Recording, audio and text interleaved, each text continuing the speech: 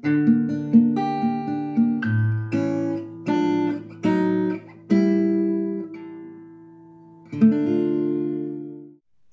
dia, boa tarde, boa noite, queridos telespectadores. Aqui quem vos fala é o Guilherme Góes. E eu me chamo Gabriel. Nós somos os membros fundadores do Grupo Reintegrados, grupo de estudo dedicado à disseminação da cultura e do conhecimento. E hoje nós iremos falar sobre o que mesmo, Gabriel? Hoje, pessoal, nós iremos falar sobre economia comportamental. Nós iremos entender de que maneira a mídia, de que maneira o mercado, o consumidor, os empresários, eles utilizam da psicologia na parte do marketing, na parte da promoção do seu produto, de uma maneira que isso afete o cérebro do consumidor, de uma maneira que estimule o seu consumidor, seu público-alvo, a comprar cada vez mais seu produto. Eu gostaria de entender, Guilherme, de que maneira você acha que isso afeta as pessoas? Ou melhor, o que causa isso? O que é que gera essa promoção do marketing psicológico que vai acarretar no consumismo cada vez maior da população? Qual é o fator que gera isso, que incentiva esse marketing mais ganancioso, mais sujo, digamos assim, por envolver a parte psicológica? Bem, existe uma série de fatores que devem ser levados em consideração quando a gente está falando a respeito disso.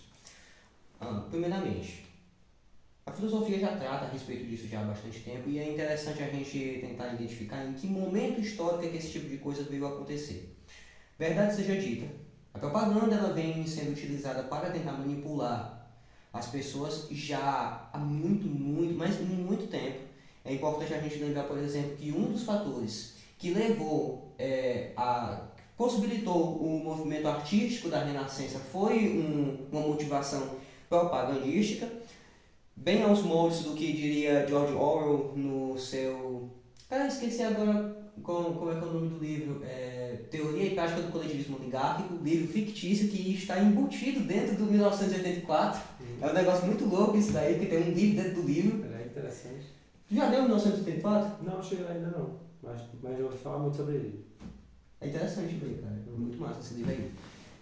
E assim, em que você tem uma camada social que tem uma renda muito alta, porém eles não têm um poder político, pelo menos não um poder político que eles gostariam de ter, então eles tentam manipular camadas sociais inferiores para tentar desmanchar a ordem social vigente, implementar uma ordem social nova em que essa camada social que não tem a representação política, que não tem o poder político que eles gostariam, passe a exercer esse poder político, e depois vão jogar a camada social, a massa de manobra, de volta para o canto deles.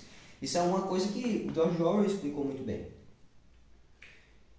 E isso vem se intensificando muito, principalmente depois do advento das mídias. E eu não estou falando aqui exclusivamente de mídia social, apesar de que isso acabou intensificando bastante esse processo, mas desde que surgiram os primeiros jornais, Napoleão Bonaparte ele dizia que ele tinha mais medo de um jornal do que não sei quantas baionetas, eu não me lembro especificamente quantas.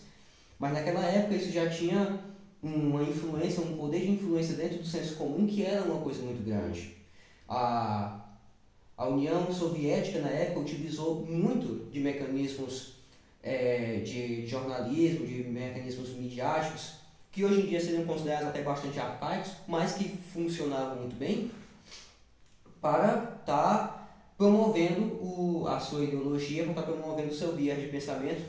Tem um filme, cara, muito interessante, que eu me lembrei agora, o filme do Frank Capra, clássico, se não me engano é dos anos 50, dos anos 40, que tem a versão colorida, mas eu gosto mais de assistir esse filme em preto e branco, eu acho mais legal, que é o filme A Mulher Faz o Homem, filme de romance que algumas mulheres podem acabar achando decepcionante, porque o filme nunca chega nos finalmente do romance entre os protagonistas, deixando aqui esse pequeno spoiler. E outro spoiler que eu vou estar dizendo, ele mostra um sistema bastante arcaico de censura, em que você tem alguns jornais locais que estão tentando transmitir uma informação, entretanto, um cara muito rico que tem um controle de organizações de mídia maiores, paga pessoas, mercenários para boicotar esses jornais pequenos, para roubar os jornais impressos, para afugentar, para amedrontar as pessoas jornaleiros, né, que chamavam antigamente, aquele pessoal que saía de jornais. Enfim, são coisas que já são bastante antigas. Se não me engano, foi no século XIX, começou a surgir uma série de estudos, de experimentos sociais que buscava entender como que funciona a mente humana, e isso sob um viés bastante materialista. A maioria desses experimentos sociais tinham um propósito bastante ideológico, que era o propósito de quê? De ver como é que você faz justamente para manipular as pessoas, para justamente estar levando elas a estar seguindo certas tendências, a tomar certos posicionamentos. Muita coisa acabou surgindo a partir daí.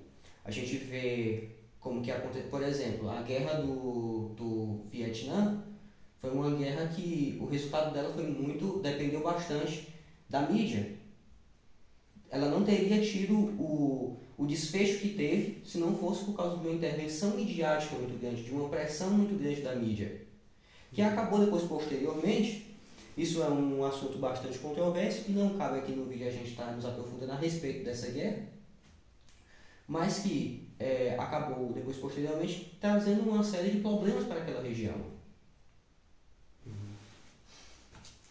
Então, assim, o que a gente pode perceber? Existe, por um lado, uma tendência que eu acredito que seja, apesar de que não seja uma coisa boa, mas que acaba sendo uma coisa muitas vezes natural, que é a tendência do mercado ele sempre se expandir, das empresas no nosso modelo capitalista estarem sempre buscando maiores lucros, estarem sempre buscando uma forma de conseguir aumentar a sua capacidade de obtenção de capital, ou seja, você vai acabar utilizando todos os meios possíveis, inclusive alguns que podem ser legais, mas que seriam imorais, para estar fazendo isso.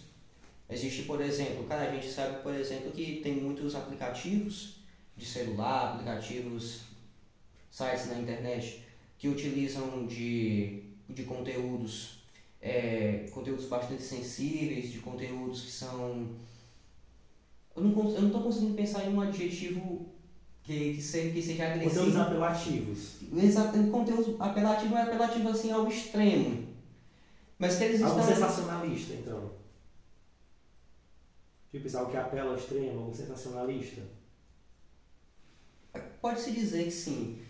Mas que serve justamente para isso. Para que a pessoa acabe se viciando naquilo ali. Porque é um negócio que te fornece muitos estímulos, então a pessoa vai ficar presa naquilo, ela vai ficar vendo cada vez mais propagandas, ela vai estar trazendo cada vez mais dinheiro para aquela empresa. E outra coisa também, existe, como já existia desde a época da Renascença, e eu acho que desde a época que o mundo é mundo, tentativa de certos grupos sociais de ascender dentro do poder, e eles vão estar utilizando de vários mecanismos, seja de coação física, ou seja através de propaganda, para poder estar fazendo valer as suas ideias. Tem mais alguma pergunta a fazer? Não. Pessoal, nós vamos agora para uma segunda pauta. Guilherme, eu gostaria de entender o seu posicionamento sobre as consequências disso. De que maneira essa modificação, essa alteração, esse enviesamento do comportamento humano por meio da ideia do consumismo, de sempre investir cada vez mais em marketing, um marketing que influencie no cérebro do público-alvo, de que maneira você acha que isso prejudica as pessoas, que isso prejudica a sociedade? O que você acha que esse processo de marketing psicológico ele acarreta?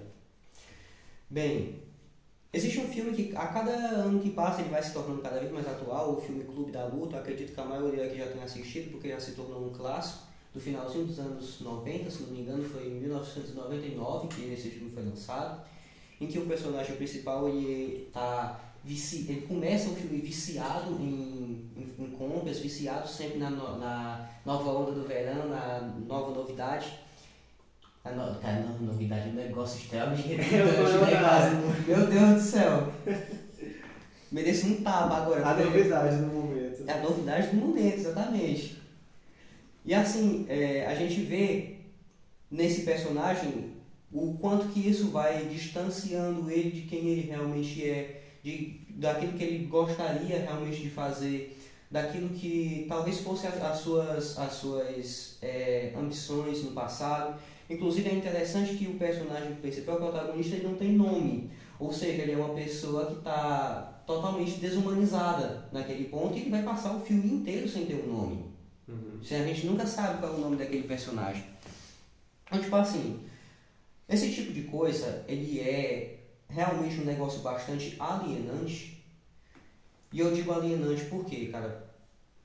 Porque eu acho que é meio evidente que cada um de nós tem uma essência, cada um de nós temos a nossa subjetividade, a gente tem aquilo que nos torna únicos enquanto seres humanos. E o que essa propaganda toda ela busca fazer? Ela busca estreitar essa tua subjetividade até o ponto de que você se torne simplesmente mais um dentro da manada. É como se tivesse a gratificação do ser humano, a animalização do ser humano ou a abolição do homem. Quando você acaba tornando todo mundo uma espécie de clone. Isso, evidentemente, vai acabar ajudando as grandes empresas capitalistas, porque, por exemplo, você pode, digamos, no mercado têxtil, você pode acabar produzindo cada vez mais do mesmo e as pessoas sempre vão acabar comprando. Esse tipo de produção em massa é um negócio que esse tipo de propaganda sempre busca estar ajudando também, não que seja, porque essas empresas elas acabam fazendo isso, né? Você vai ter sempre... Eu lembro daquela frase, você pode ter um carro de qualquer cor, desde que seja preto. A gente tinha visto isso aí no curso de administração que a gente fez, eu não me lembro exatamente, foi do Ford? Acho que foi do Fordismo, se não me engano. Do Ford, né? Você pode ter um carro de qualquer cor, desde que ele seja preto. Existe esse tipo de tentativa e que ela também não é uma novidade. A gente viu que Alexandre o Grande tentou fazer isso com a sua política do helenismo. No caso do Alexandre o Grande, não era para vender, a tentativa era de aumentar o seu poder de influência. Porque se você padronizar todo mundo, se todo mundo for igual, todo mundo vai conseguir me aceitar melhor. A ideia é essa. A gente está vivendo em um processo político que eu denomino, eu gosto de utilizar esse termo, foi um termo que eu mesmo cunhei, eu tenho orgulho de dizer isso, na minha contribuição para a Sociologia Nacional, helenismo cyberpunk, em que hoje a gente tem um processo bastante sofisticado, onde a gente tem muitas tecnologias, muitos meios de propaganda, a gente tem um aparato, como é que eu posso dizer, todo megalomaníaco, para justamente fazer aquilo que Alexandre o Grande tentou fazer, e muitas vezes conseguindo. Cara, se eu for comparar, por exemplo, São Paulo atual com Tóquio, com Nova York ou com Pequim, tá tudo mais ou menos parecido, mais ou menos a mesma coisa, o que no passado seria uma coisa totalmente inconcebível. Você tinha uma multiformidade muito grande dentro da concepção de beleza, que hoje em dia é uma coisa que, assim, parece que está todo mundo unido na feiura. Estão perdendo a identidade cultural. Sim, estão perdendo a identidade cultural. As pessoas é como se o mundo todo estivesse se tornando estivesse aderindo a uma cultura de aeroporto, onde todo mundo tem, mais ou menos como é que eu posso estar dizendo, essa união de uma série de coisas heterogêneas que vai formando uma coisa disforme. Uma massificação das culturas. Sim. Né? Pronto. Pessoal, realmente acho bem interessante esse posicionamento do Guilherme, principalmente quando ele fala dessa questão do helenismo cyberpunk, esse termo que ele cunhou, né? Então, assim, eu realmente entendo que hoje em dia, com a globalização principalmente, nós temos um contato muito grande entre as nações, entre as pessoas, por meio da internet. E qual é o posicionamento em relação a isso? Eu acredito que é importante a gente ter essa abertura, essa recepção ao novo, às outras culturas, essa interação, para evitar até mesmo a criação de estereótipos e de estigmas em relação a outras culturas, outras etnias, a criação de processos de subordinação. Mas eu acho o seguinte, que as pessoas, diante desse processo de globalização, elas devem entender qual é a sua identidade cultural de uma maneira que elas não acabem absorvendo tanto ao ponto de perderem sua própria identidade, ao ponto de esvaírem sua personalidade. Então, assim, você pode absorver elementos da cultura alheia, mas é importante que você saiba quem você é, a que povo você pertence, entender quais são os elementos identitários da sua nação, para que você não se torne um povo massificado, uma nação sem uma identidade. Então, assim, eu acredito que realmente a indústria de diferentes ramos, indústria musical, indústria farmacêutica, enfim, diversos aspectos da indústria atual, foca muito nessa questão da psicologia, justamente porque com a psicologia, quando você utiliza as estratégias necessárias, você consegue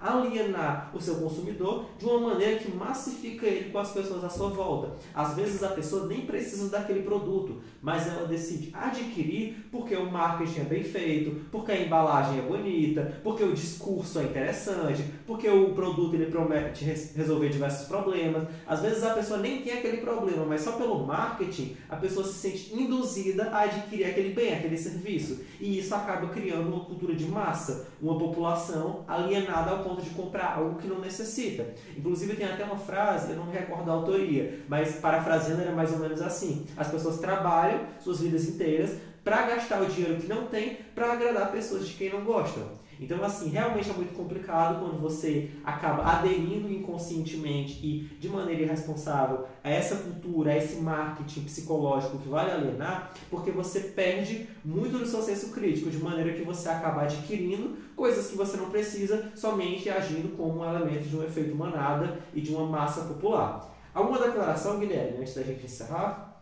Mas tu me lembrou uma frase, inclusive, é do Clube da Luta, no comecinho, que o personagem ele tem ali uma série de um conjunto de louças que ele comprou e que tinha ali que tinham bolhas que provam que foram feitas pelos pobres índios de tal parte, um negócio bem bizarro assim, sabe?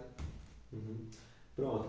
Pessoal, esse foi o nosso vídeo. Espero que vocês tenham gostado. Se você gostou, não esqueça de curtir, de comentar, de compartilhar, se inscrever no canal. Deixe seu comentário também, caso você tenha alguma sugestão. Nós estamos super aptos, né, a receber seu comentário, sugestão de vídeo para as próximas produções. Foi isso, pessoal. Até a próxima. Tchau, tchau. Tchau, pessoal.